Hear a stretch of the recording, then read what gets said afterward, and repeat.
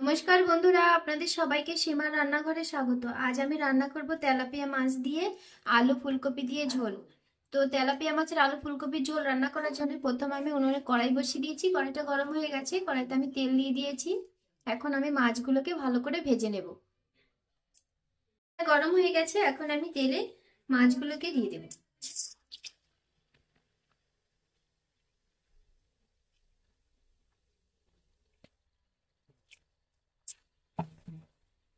মাছের একটা সাইড ভাজা হয়ে গেছে, এখন আমি আরেকটা সাইড ভাজার জন্য উল্টিয়ে দিচ্ছি মাছটাকে। মাছটাকে কিন্তু একটু ভালো করে ভাজতে হবে। মাছগুলো ভাজা হয়ে গেছে, এখন আমি মাছগুলোকে তুলে নিচ্ছি।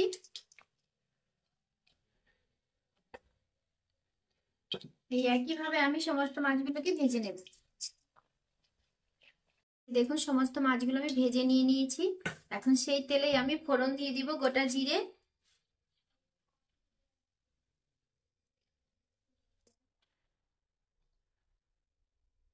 গোটা জিরে ফোড়ন দিয়ে দিয়েছি।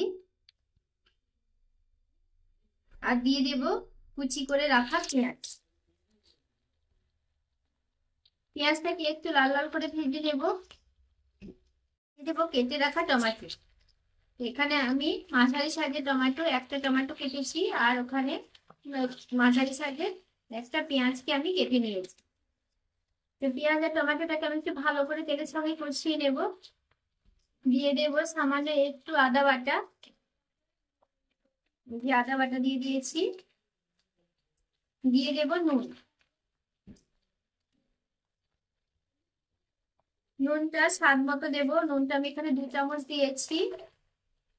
দিয়ে দেব হলুদের গুঁড়ো। আমি হলুদ গুঁড়ো 2 চামচ দিয়েছি। এই সমস্ত মশলাগুলোকে আমি ভালো করে নেড়ে চেড়ে তেলের সঙ্গে কষিয়ে নেব। মশলাগুলো কিন্তু কষানো হয়ে গেছে। এখন আমি দিয়ে দেব লঙ্কার গুঁড়ো। এখানে আমি 2 চামচের থেকে একটু বেশি দিয়েছি লঙ্কার গুঁড়োটা। লঙ্কার গুঁড়ো দেওয়ার সঙ্গে সঙ্গে দিয়ে দেব জিরের গুঁড়ো। এখানে আমি ছোট চামচের 1 চামচ জিরের গুঁড়ো দিয়েছি। মশলাটা কষানো হয়ে গেছে, এখন আমি দিয়ে দেব কেটে রাখা ফুলকপিগুলোকে। তো ফুলকপিগুলো এরকম বড় বড় করে কেটেছি, আপনারা বড় বড় করে কাটবেন। বড় বড় ফুলকপি গুলো পিস গুলো দিয়ে মাছের ঝোল করলে মাছের ঝোলটা কিন্তু খেতে একদমই একটু অন্যরকম লাগে। এটাকে আমি মশলাটার সঙ্গে একটু নেড়েচেড়ে কষিয়ে নিয়েছি। খুব ভালো কষানো হয়নি, তবুও নেড়েচেড়ে একটু কষিয়ে নিয়েছি। এখন আমি দিয়ে দেব কেটে রাখা আলুগুলোকে। আলু আর ফুলকপিটাকে ভালো করে নেড়েচেড়ে কষিয়ে নেব। তো গ্যাসের ফ্লেমটা কমানো ছিল, আমি এখন বাড়িয়ে দেবো একটু। দিয়ে ঢাকা চাপা দিয়ে দেবো। সরিয়ে আমি আর একটু নেড়ে চেড়ে কষিয়ে নিচ্ছি আলু আর ফুলকপিটাকে। এখন আলু আর ফুলকপিটা কিন্তু কষানো হয়ে গেছে, আর বেশি কষাবো না। এখন আমি দিয়ে দেবো ঝোলের জন্য জল। জলটা দিয়ে দিচ্ছি।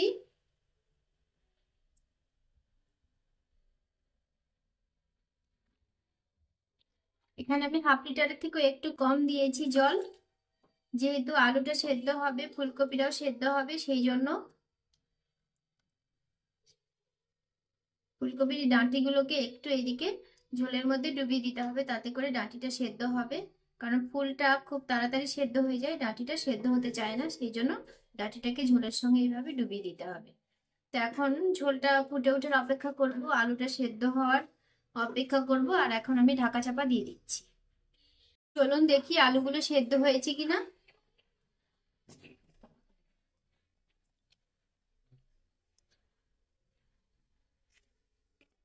দেখুন, আলুগুলো কিন্তু খুব সুন্দর সেদ্ধ হয়ে গেছে। এখন আমি দিয়ে দেবো ভেজে রাখা মাছগুলোকে। মাছগুলোকে দিয়ে আমি ঝোলের সঙ্গে একটু ডুবিয়ে দেবো মাছগুলোকে, এইভাবে।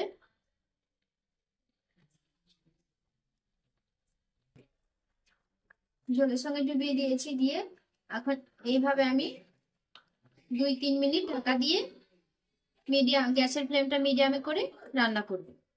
এখন 2-3 মিনিট পরে আমি ঢাকাটা তুলে দেখছি।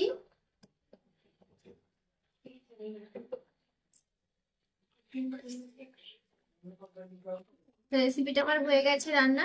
তা আপনারাও এইভাবে অবশ্যই ঘরে একদিন রান্না করবেন, রান্না করে খাবেন, খেয়ে সবাইকে খাওয়াবেন, আর কমেন্ট করে জানাবেন কেমন হয়েছে আমার এই রেসিপিটা। তো আমি দু একটা আলুকে ভেঙে দেবো।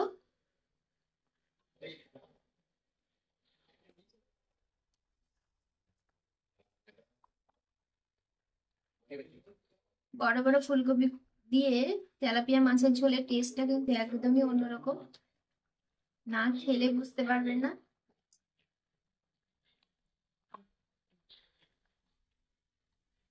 তো আলুগুলো আমি ভেঙে দিয়েছি, আর ভাঙবো না, দু একটাই ভাঙলে হয়ে যাবে। তো আমার রেসিপিটা আপনাদের কেমন লাগলো সেটা কমেন্ট করে জানাবেন। যদি ভালো লাগে তাহলে একটা লাইক করবেন, শেয়ার করবেন। যারা আমার চ্যানেলটা নতুন দেখছেন তারা অবশ্যই একটা সাবস্ক্রাইব করবেন, পাশে বেল আইকনটি ক্লিক করবেন, যাতে করে প্রতিদিনের যে ভিডিওগুলো আমি ছাড়ছি সেই ভিডিওগুলো সবার প্রথমে আপনাদের কাছে পৌঁছে যায়। তো এখানে আমি আর কিছুই দেব না, আমার ধনেপাতা নেই ঘরে তাই দিইনি, আপনারাও ধনেপাতা অবশ্যই দিতে পারেন, আর যদি না থাকে না দিলেও কোনো অসুবিধা নেই। তো আপনারা সবাই ভালো থাকবেন, সুস্থ থাকবেন, সবাইকে টাটা। আমি এখন এটাকে ঢাকা চাপা দিয়ে 5 মিনিট পরে গরম গরম ভাতের সঙ্গে পরিবেশন করবো। আপনারা ভাত, রুটি, পরোটা সবকিছুর সঙ্গেই খেতে পারেন। সবাইকে টাটা।